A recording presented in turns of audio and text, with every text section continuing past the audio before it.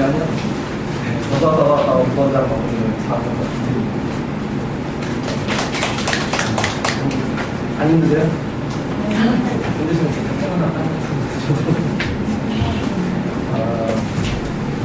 저희가 그 설명회 를 하면서 제가 어머님들한테 이제 어떤 내용으로 이제 전달을 드릴까, 어떤 내용을 말씀을 드릴까 고민을 하다가 크게 이제 세 가지로 압축했습니다.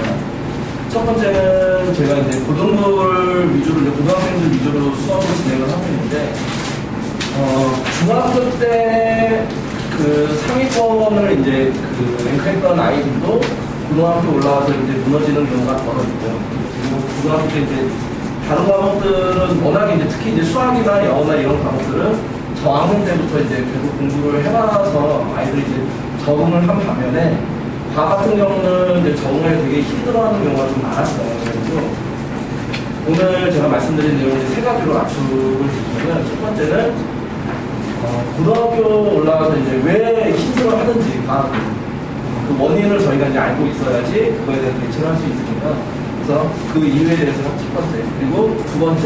그러면은 잘하기 위해서는 어떻게 공부를 해야 되는 건지 그런 실제적인 사례들을 제가 말씀을 드리겠습니다. 그리고 마지막으로 이제 세 번째는 그렇게 대비하기 위해서 저희 학원에서는 어떻게 준비를 하고 있는지 그 부분에 대해서 짧게 이렇게 세 가지로 말씀을 드리도록 하겠습니다. 먼저 여기 보시면은 전체 이제 초등학교 3학년 때부터 이제 과학을 배우기 시작을 하죠. 그래서 이제 고등학교 3학년까지 이제 과학 그 내용을 간략하게 이렇게 좀 정리를 해봤습니다. 정리를 하신 거 이렇게 보시면은 초등학교, 중학교 때 한 번도 배우지 않고 고등학교 때 뿅 하고 나오는 내용은 많이 없어요. 거의 없습니다. 그러니까 우리가 그 아이들이 고등학교 1학년, 2학년, 3학년 때 배우는 내용들이 특히 이 초등학교 과정에서 거의 다 배웁니다. 거의 그 겉핥기식으로 지나가긴 하지만은 내용들은, 주제들은 거의 대부분 다 배우고 올라온다고 보시면 되고 그거에 대해서 조금 이제 심화돼서 이제 고등학교 돌아와가지고 배우는 건데 여기 보시면은 제가 이거 하나를 예를 들어서 말씀드릴게요. 자석의 이용, 전기의 이용, 전기와 자기 여기에서는 중학교 2학년 때까지는 이렇게 단편적인 내용들을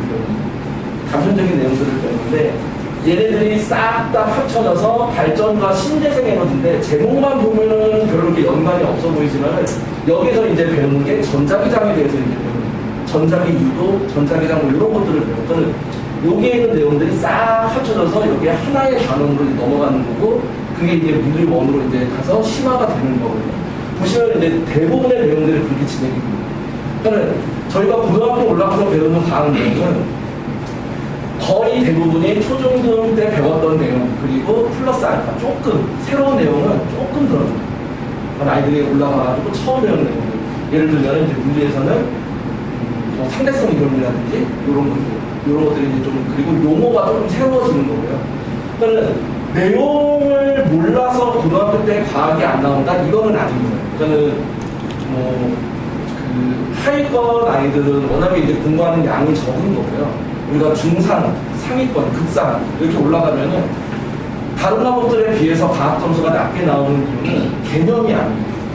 아이들이 중학교, 초등학교 때 제대로 배워가지고 공부를 해서 왔으면은 그러니까 내신으로 따지면 뭔가 A 정도 받았으면은 고등학교 올라와서 배우는 내용들은 좀 까먹은 게 있겠지만은 공부하다 보면 다 떠오르는 거예요.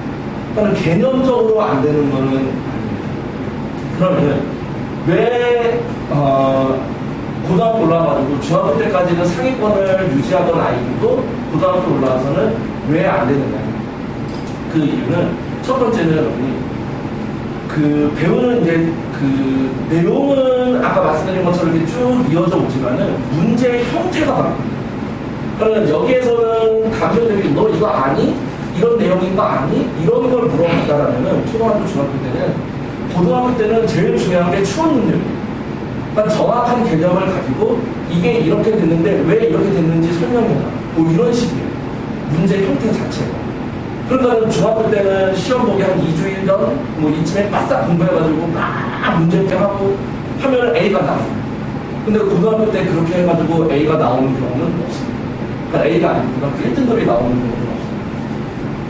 아까 원장님께서 앞에서 이제 그 고등학교별로 이제 그 특성을 이제 조금 설명을 하셨던 것 같은데, 인원수도 또 영향을 미치죠. 1등급에 대한 인원수 자체. 그래서 아이들이 한번 자신있게, 뭐 과학을 이렇게 하면 될 거야 라고 이제 해가지고 도전을 했다가 망가지는 경우가 많습니다. 대부분 이제 망가지는 게 상위권인데, 과학에서만 점수가 뚝 떨어진다. 그러니까 뭐 한 2등급, 3등급 이렇게 나온다. 그러면은 이런 케이스가 대다수입니다. 그러니까 공부하는 형태, 그러니까 형식이 조금 바뀌어야 된다는 거죠. 그 다음에 또 이제 선생님들이 이제 설명을 하는 데 있어서 과학 교과서를 이제 보시면 아시겠지만은 전 과목 중에서 과학 교과서하고 수학 교과서가 가장 간단 명료합니다. 설명 자체.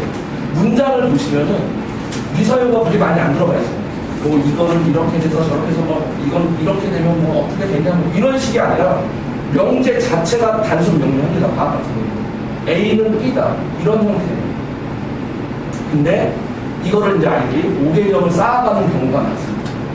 어머니께서도 이제 아버님께서도 이제 경험을 해보셨겠지만은 어떤 사람이 그 하나의 주제에 대해서 설명을 하면은 100명이 있으면은 그 100명이 저보다 각자의 방식대로 받아들이게 돼 있어요. 그러니까 예를 들어서 가장 간단한 명제 A는 B다라고 설명을 했는데 어떤 아이는 A와 B는 같은 거야. 이꼴로 보는 거고 어떤 아이는 A는 어떤 반응을 해서 B가 됐구나. 그러면 이 반응은 왜 한 거지? 뭐 이렇게 받아들이는 경우도 있는 거예요. 그래서 그런 식으로 각자의 어떤 그 5개념들이 쌓이는 경우가 굉장히 많습니다. 그리고 우리 아이들이 배우는 내용들이 특히 뭐 상대성 이론이라든지 화학으로 넘어가면은 양자역학이라고 그 제목은 나오진 않지만은 양자역학에 대한 그 내용이 들어가 있습니다. 근데 아이들은 그거에 대한 배경 지식이 아예 없어요. 물론 관심이 있어서 그거를 찾아보는 아이들도 있지만은 그런 아이들은 뭐 1% 정도 되는 거고 나머지 99% 되는 아이들은 처음 접하는 거예요. 그러니까 배경 지식이 없고 그거에 대한 정확한 이해가 없는 상태에서 자기 나름대로 A가 B 반응을 해서 B가 됐어 아마 이유는 이럴 거야 라고 5개념을 쌓아가는 거죠. 그러면은 이제 그거에 대해서 다른 이유를 물어봤을 때 이 아이는 자기가 스스로 그 쌓아놨던 5개념을 바탕으로 추론을 하는 거예요. 그러니까 이 아이의 공부 방법은 굉장히 우수한 방법인데 추론 능력을 키워가는 굉장히 우수한 방법인데 배경 지식이 잘못됐다는 거예요. 그래서 그러한 경우들이 쌓이고 쌓여서 3학년에 올라가게 되면은 개념적으로 모르는 거는 없는데 문제는 안 풀리고 문제를 푸는데 특히 이제 수능에서는 20문제 30분이거든요. 굉장히 시간이 촉박한 거예요. 그러니까 이 촉박한 시간 내에 풀어내기가 쉽지가 않은 거죠. 아이들. 그래서 탐구에서 발목 잡히고 특히 이제 정시로 넘어가게 되면은 탐구 때문에 재수하는 아이들이 상당수 많이 생깁니다. 그래서 예전에 한번 좀 오래된 얘기긴 하지만은 한 5년 정도 전쯤에 한번 그 통계를 내본 적이 있어요. 그 대성학원에 재수생들 아이들 성적을 통계를 내본 적이 있는데 그 재수생들 아이들의 그 상위권 아이들의 대다수가 수학, 국어, 영어를 듣는 거죠. 이 아이들의 한 60% 정도가 탐구가 3등급 밑으로 떨어집니다. 그거는 탐구에서 이제 발목이 잡힙니다. 그러니까 그런 것들을 제가 고등학교 아이들을 가르치면서 그 원인을 분석해본 결과 공부하는 방식이 조금 고등학교 올라가면서 이제 체인지가 돼야 되는데 중학교 때 형식으로 계속 그렇게 쭉 이어가다 보니 고등학교 때 이제 꽉 막혀버립니다. 그래서 고등학교 때 점수가 안 나오는 이유는 그렇게 말씀드릴 수가 있습니다. 그래서 크게 두 가지 내용적인 부분에서 그 문제 출제 방식이 좀 다르구나. 그 다음에 또 한 가지 공부하는 방식이 조금 빨리 전환이 돼야 된다는 겁니다. 그러면은 고등학교에서 이제 과학을 어떻게 하면 잘할 수가 있냐. 첫 번째, 나중은 없다. 그러니까 우리 아이들이 공부하는 데 있어서 가장 대표적인 케이스예요. 특히 그 남학생들한테 이제 많이 이제 보여지는 모습인데요. 아이들이 공부할 때 딱 마침표를 찍는 경우가 거의 없습니다. 그냥 대충 공부하고 이 정도면 됐어. 아, 나 이거 알 것 같아. 그럼 이제 다음으로 넘어가요. 근데 절대 그렇진 않거든요. 그래서 저희 학원 그 모토가 뭐냐면은 설명할 수 없으면 지식이 아닌 거예요. 그러니까 내가 다른 사람한테 설명을 할 수 있어야지 그거를 내가 완벽히 이해를 하는 거지. 설명할 수 없으면은 지식이 자기가 활용할 수 있는 지식이 아니라는 거죠. 그래서 끝까지 알 것 같다는 생각 말고 이쯤이면 됐어 이게 아니라 딱 정확하게 이거는 이거야 라고 마침표를 딱 찍는 연습이 필요합니다.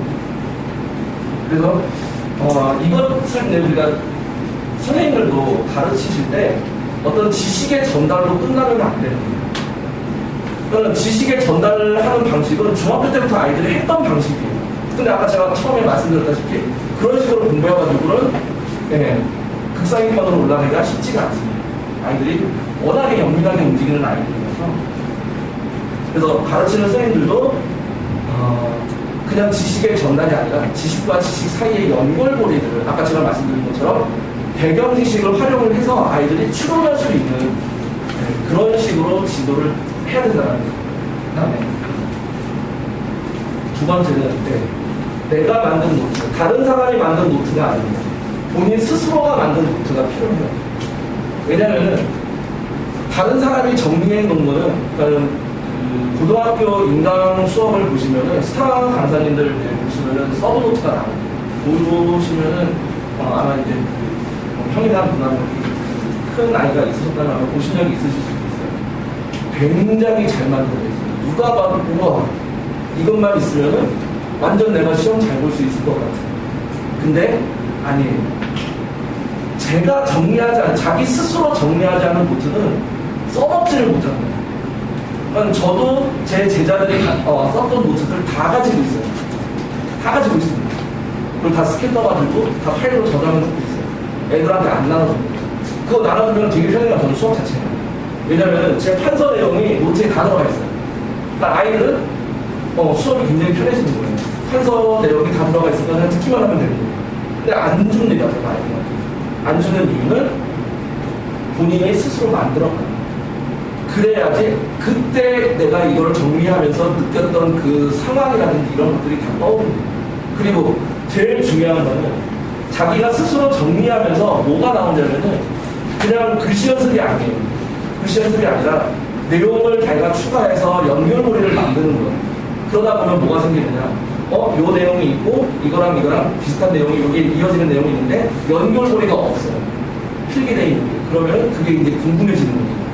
그렇게 궁금증을 하나씩 해결해 나가면서 노트를 완성을 해나갑니다. 근데 이게 오늘 얘기 들으시면 와 되게 좋은 거다라고 이제 생각이 드시겠지만은 힘들어요. 힘듭니다. 특히 남학생들 힘듭니다. 거의 뭐 글씨부터 뭐 차이가 나요. 하기 싫은 거 이거 억지로 시키죠? 이거 그냥 다 숙제예요. 스스로 해야 되는데 이걸 스스로 해야 되는데 숙제가 돼버리는 순간 아이들은 스트레스입니다. 그래서 제가 이제 저학년 중학생 저학년들은 제가 수업을 들어가고 있지는 않지만은 지금 제가 이제 중3 아이들 한 반을 들어가고 있는데 그 아이들은 제가 수업 시간에 거의 뭐 귀에 딱지가 안 도는 게 있거든요. 노트 정리해라. 하지만 검사하지는 않습니다. 왜냐하면 검사하는 순간 아이들은 스트레스예요. 그래서 왜 해야 되는지를 계속 강의성을 설명을 해요. 그리고 처음 써보면은 아이들 처음 노트 정리하는 아이들 보면은 어떻게 해야 될지도 몰라요. 그냥 거의 대부분이 글씨 연습한다고 보시면 돼요. 근데 그러한 경험이 축적되지 않으면은 고등학교 올라가서 이런 능력이 안 나옵니다. 정말 필요한 건 지금이 아니잖아요. 고등학생 때잖아요. 그럼 고등학교 때 그 능력이 나오려면은 실패한 경험 그리고 하다가 망친 경험 이런 게 쌓여야 돼요. 이런 걸 누가 알려주는 건 아니거든요. 그래서 본인 스스로 터득할 수 있어요. 그렇게 해서 노트를 만들면은 거기에서 이제 궁금증이 생기는 거고 연결고리가 만들어지고 생각할 수 있는 파이가 점점 넓어지는 거죠. 그래서 실예를 이제 보시면은 이게 화면이 이제 그 해상도가 좀 떨어져서 어제도 아마 그 프린트에 있을 거거든요. 글씨가 잘 안 보일 텐데 굉장히 정리 잘했죠. 이 아이가 요번에 이제 그 서울대 약대를 정시로 풀었어요. 정시로 풀었는데 놀랍게도요, 우리 남학생입니다. 신성도 아닙니다. 그러니까 처음부터 이 아이가 이렇게 했느냐, 그건 아닙니다. 어떻게 해야 되는지 몰라서 그냥 무작정 쓰기 시작한 거예요. 그러다가 이 노트를 제가 이제 아이한테 받은 게 2학년 끝나고 이제 3학년 올라갈 때. 그때 제가 이제 이 아이한테 노트를 받은 거예요. 아직 미완성 돈이라고 얘기를 하더라고요. 저는 경험이 쌓여야지 이런 노트가 만들어지고, 그 다음에 여기 뭐 내용이 잘 안 보이시겠지만은 코멘트가 다 달려요. 이런 코멘트는 제가 판서 내용이 아니거든요. 굵직굵직한 것만 제 판서 내용입니다. 여기 이제 코멘트 달린 것들은 다 본인이 수업 시간에 이해했던 내용, 그 다음에 책에 없는데 내가 필요한 내용, 이런 것들을 본인 스스로가 이제 적기 시작을 한 거죠. 그럼 궁극적으로 필요한 능력은 이런 거예요. 그래서 아이들이 스스로 이제 공부할 수 있게 만들어줘야 되는 거거든요. 그 다음에, 네.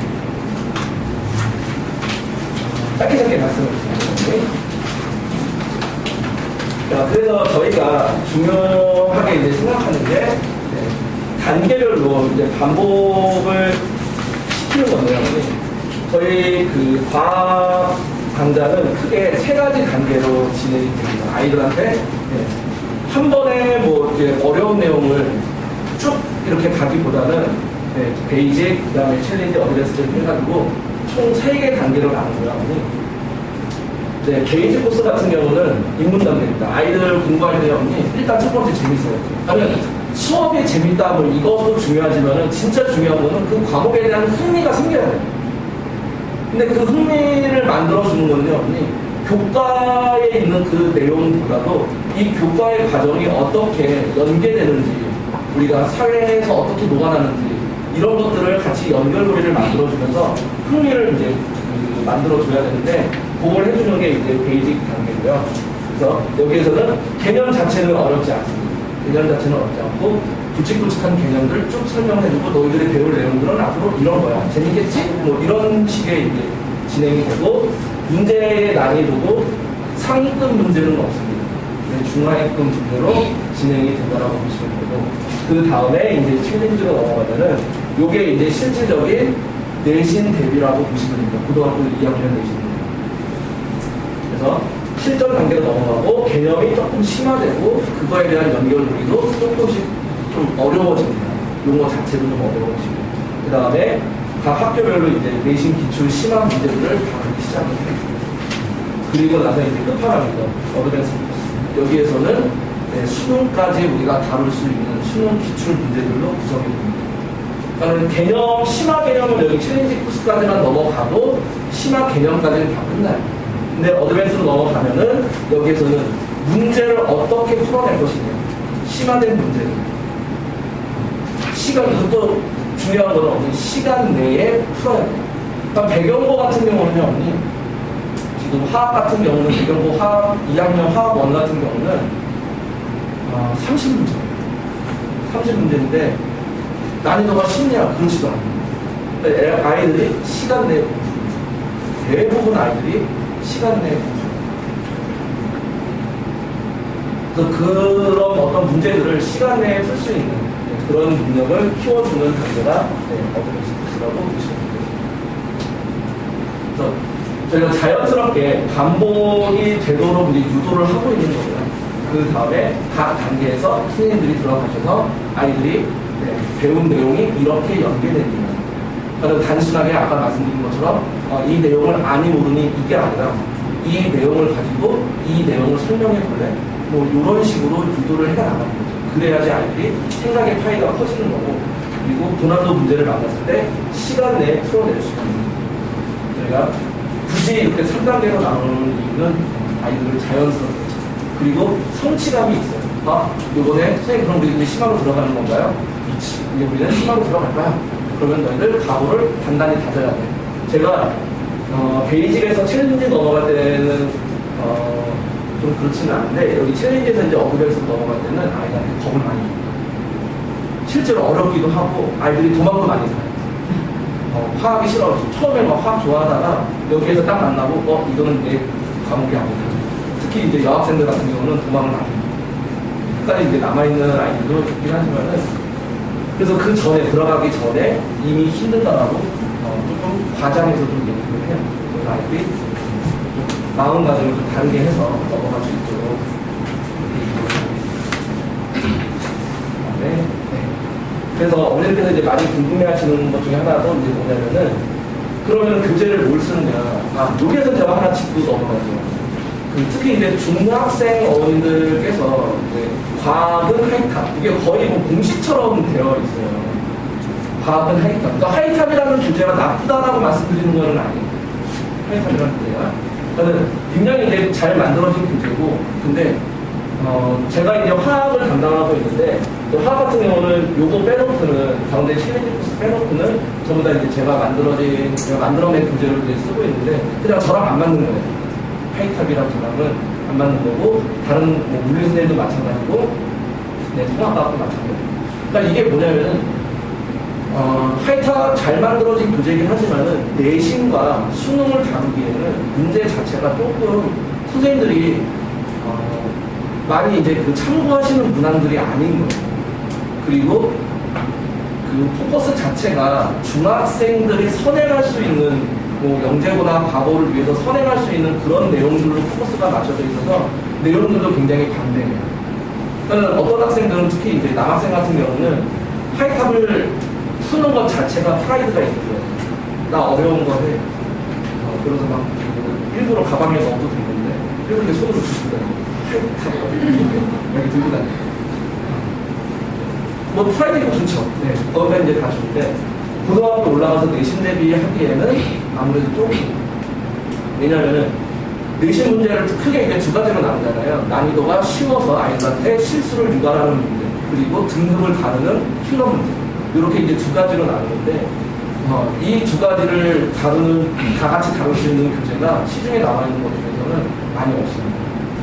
그래서 저는 이제 만들어 쓰는 거고, 여기 물리 선생님도 요 기출픽이라는 문제 자체가 수능 킬러 문항을 학교 내신 문제 유형에 맞게 변형을 한 거예요. 그래서 문제 어마어마하게 많습니다. 그리고 뭐 완전 어머니들 다들 알고 계시죠. 개념서로는 가장 베스트셀러. 그래서 이렇게 물리 같은 경우는 개념서는 이제 완자를 쓰고, 그 다음에 기출픽 들어가고, 여기 이제 풀수록이라고 되어 있는데, 이 풀수록도 이제 시중에 나와 있는 문제들인데, 요거는 아마 시중에 나와 있는 물리학 문제들 중에서 가장 어려운 문제들로 구성돼요. 왜냐하면 이제 평가원 기술이기 때문에 그렇게 생각을 하시면 돼요. 그 다음에 베이직 코스에서 화학은 아톰, 굉장히 책이 얇은 거 2권으로 이루어져 있어요. 그리고 이것도 한 권짜리인데 얇습니다. 그래서 여기에서 이제 제가 좀 난이도 올라가는 문제가 이렇게 변형돼요. 그리고 수업 시간에 이때는 제가 설명을 안 하는데 이때는 아이들한테 좀 뒤통수를 많이 쳐요. 그러니까 문제 풀 때 아이들이 막 풀어가지고 풀이가 막 이만큼 나와요. 이런 거, 선생님 이렇게 생각하면은 이런 식으로 보면은 아이들이 수업 시간에 막 사진을 찍어요. 문제 풀이할 때 사진을 막 찍어가지고 집에 가서 고등학생이 있을지는 모르겠는데, 네, 아무튼 그렇게 아이들한테 뒤통수를 쳐요. 근데 우리가 이제 그거를 삽질 풀이라고 하거든요. 풀이가 이제 이만큼 있는 거거든요. 굉장히 중요해요. 그거를 하지 않으면은 그 간략한 핵심 풀이가 이해가 안 돼요. 그래서 일단은 아이들한테 다 보시고, 그 다음에 이제 끝판왕 문제가 이제 이거인데, 네, 이것도 이제 제가 만드는데, 그 고상용 문제들로 이루어져 있습니다. 그래서 어떤 문제는 단원 간에 막 연계가 되어 있고, 그러니까 처음 배우는 아이들은 못하죠. 왜냐하면 1단원 문제 푸는데 4단원 내용 들어가서 막 그래요. 그래서 그거를 이제 좀 어렵게 만들어 놓은 교재고, 지금 현재 제가 가르치고 있는 학생들이 중3 아이랑 한 반이 아마 8월, 9월부터는 이제 이런 교재를 들어요. 많이 어려워요. 그 다음에 통합과학은요, 언니 코스가 없어요. 왠지는 아시더라고요. 수능에 통합과학은 포함이 안 됩니다. 내신만 챙기면.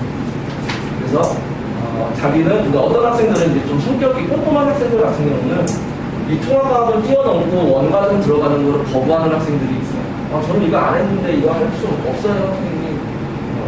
그래서 통합과학부터 이제 차근차근 이제 밟고 올라가는 아이들이 있어요.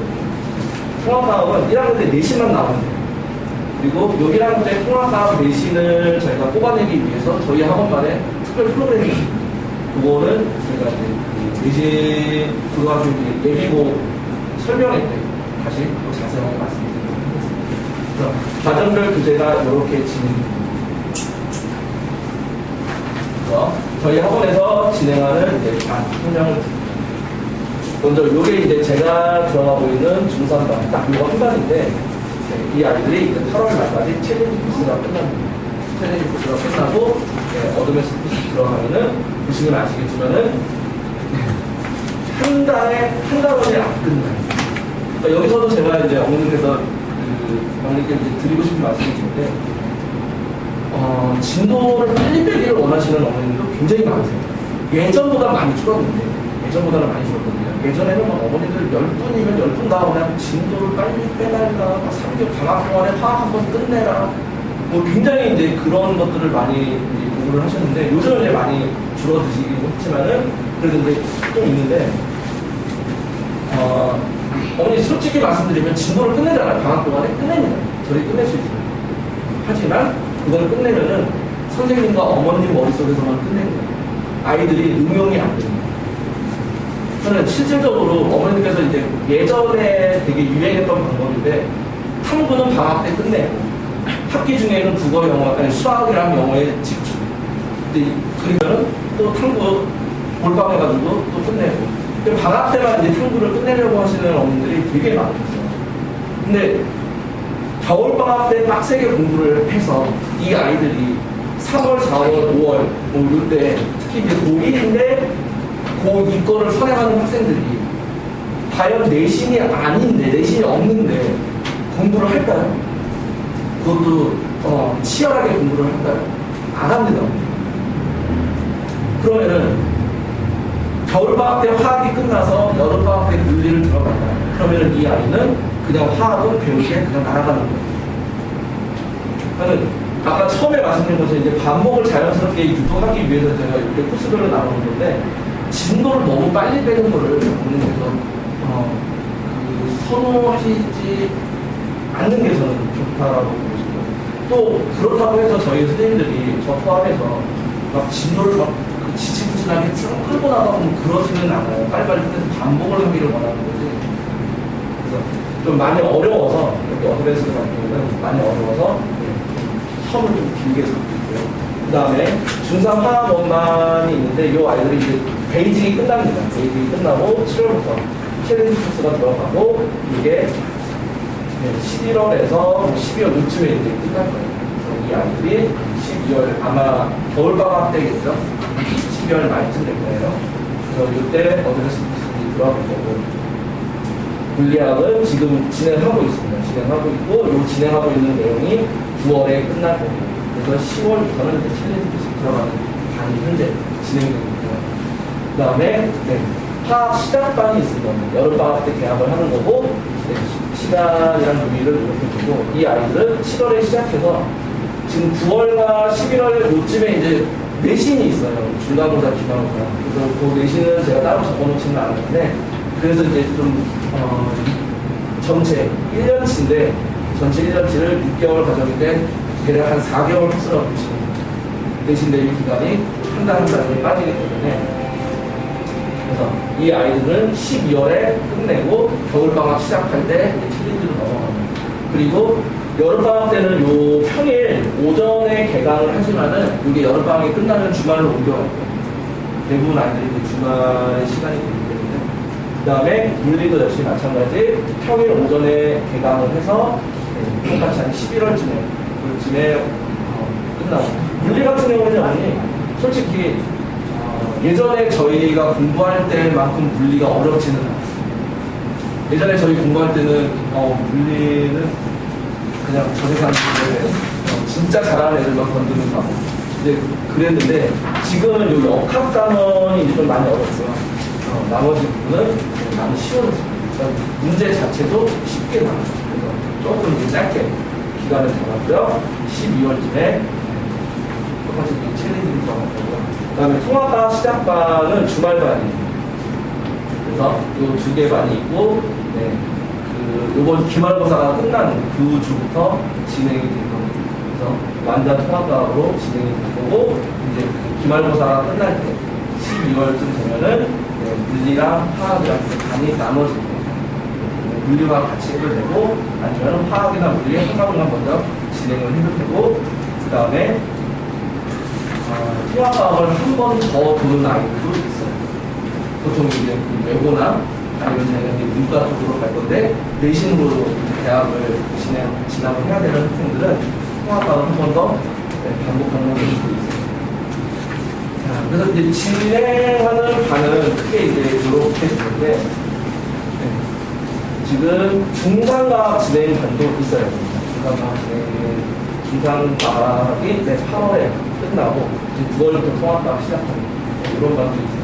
그래서 진행하는 과정은 이렇게 진행이 되는데 저 어머님들께서 이제 당부드리고 싶은 얘기는 징검다리식의 커리큘럼을 짜시는 거는 독이에요. 예를 들어서 물리부터 물리가 어려우니까 인식 자체가 되게 어렵죠. 물리 먼저 시작을 하고 끝내고 그 다음에 화학 시작하고 그 다음에 물리 심화 들어가고 화학 심화 들어가고 어머니 이렇게 징검다리식으로 이렇게 쿵당쿵당 넘어가면은 그냥 다 까먹습니다. 그래서 가장 제가 가르치는 아이들, 제 제자들 성공한 커리큘럼은 물리든 화학이든 뭐 생명이나 지구학은 나중에 시작해도 돼요. 물리나 화학이든 먼저 자기가 편한 과목 먼저, 관심 있는 과목 먼저 시작하고 걱정되는 과목 이런 거 먼저 시작을 해서 걔를 한 챌린지 코스까지, 그러니까 레벨 2까지는 끌고 쭉 가시고 그 다음에 이제 화학이나 물리 먼저 시작했던 과목이 좀 편해지고 이쯤이면 좀 재밌어, 엄마 좀 할만해 이런 이제 마음이 들면은 그때 하나를 더 추가를 하면 돼요. 그래서 쭉 이어나가는 연속성이에요. 예전에 이제 그 수능 문제집 중에 이제 수능 감이라는 문제집인데 이름 너무 잘 줬다고 했어요. 정말 수능은 감이거든요. 특히 고3 같은 경우는요, 일주일만 휴강을 해도 애들이 감을 다 잃어요. 그러니까 내용을 까먹는 게 아니에요. 공부할 때는, 한참 막 할 때는 문제를 딱 보면 이 문제를 어떻게 풀어야지라고 생각이 딱 들어서 손을 대고 문제를 풀어내는데 이게 한 내신 때 잠깐 한 1주, 2주 정도 휴강하고 아이들이 보면은 그 감을 다 잊죠. 그냥 완전히 깨끗해져가지고 그때 다시 점수가 또 쭉 올라갑니다. 그러니까 공부는 이제 연속성이라고 언니들께서 꼭 기억을 해주시고 그거를 쭉 이어나갈 수 있게, 그리고 공부하는 데 있어서 아이가 좀 버거워한다 그러면은 과목수를 좀 줄이세요. 과목수를 좀 줄이시고, 그리고 거기에 대해서 좀 편안해지고 현재 스케줄에 대해서 아이가 좀 적응이 됐다 싶으면은 이제 거기에다가 하나씩 추가를 하시면 돼요. 그러니까 절대 어머니들은 하시지 마셨으면 좋겠는 게 바로 징검다리 퐁당퐁당 넘어가는 거. 그거는 어머님들과 선생님들 머릿속에서만 끝나는 거예요. 아이들한테 생각하는 도움이 됩니다. 그리고 생명이나 내 지구학 같은 경우는 고1 때도 필요가 없어요. 고1에서 고2 넘어갈 때 그때부터 시작을 하셔도 크게 무리는 없습니다.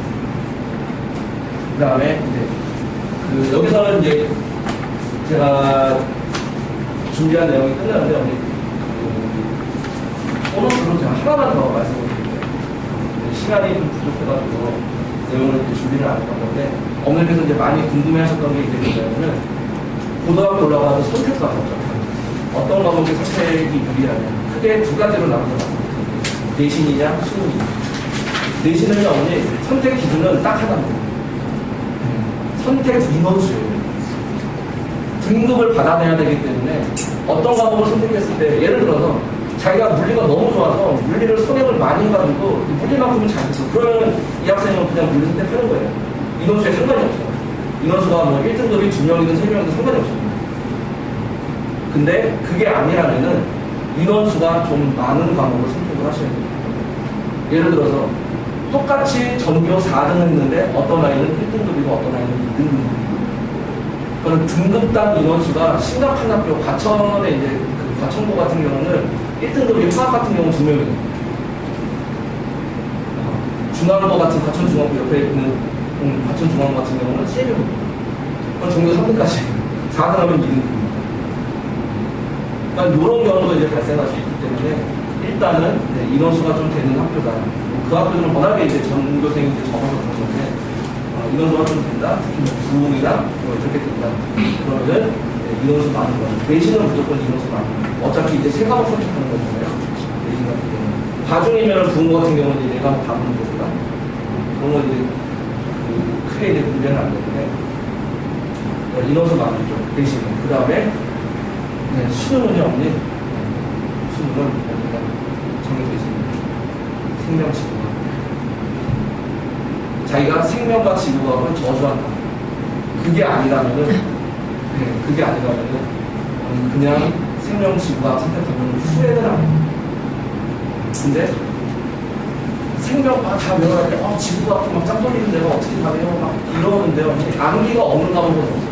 지금 제가 고3 아이들 수업하고 있는데 얘네들한테 만들어주는 제가 교재가 따로 있어요. 그 교재는 뭐냐면은 문제 있고 옆에 빈 공간 있어서 다 정리할 수 있고 그래서 수업 시간에 다 정리를 같이 하거든요. 그게 왜 필요하냐면은 어머니 9월 이후 되잖아요. 고3 9월 이후 되면은 지키는 싸움을 들어가요.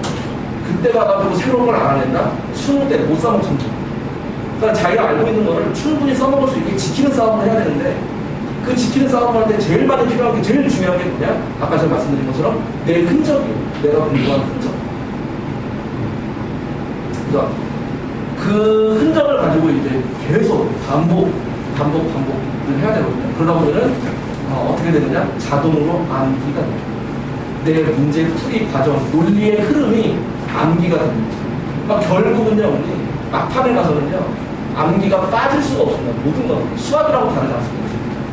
우리가 공부할 때 처음에 익힐 때는 당연히 이해 우선이죠. 하지만 마지막에 고3 파이널로 넘어가면요, 내가 공부했던 그 모든 과정이 다 기억에 떠올라야 돼요. 시험장에서. 그래서 그거를 또 갖다 놓고 외워라 그러면 미친 짓이죠. 이거를 외워라 그러면 외워지지도 않고.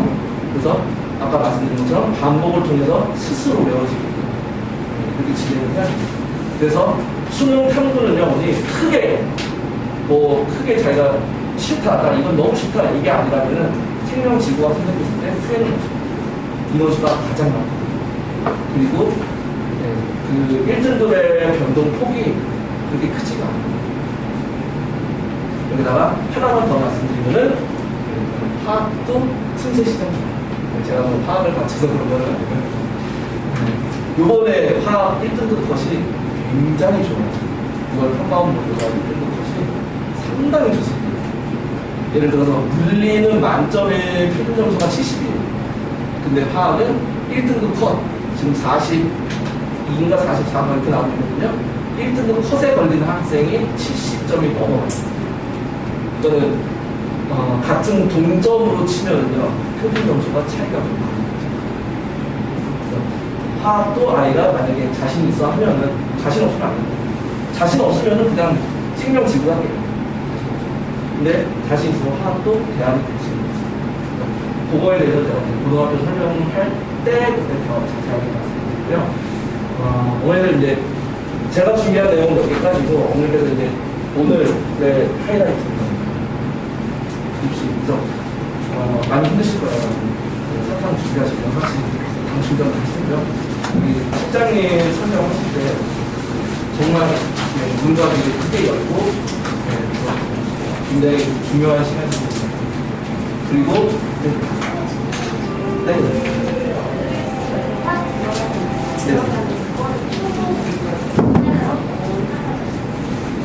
대략적으로는 그냥 그 6개월 과정이라고 보시면 6개월 과정인데, 근데 그게 이제 아이들이 조금 더 설명을 예를 들어서 문제가 굉장히 많거든요.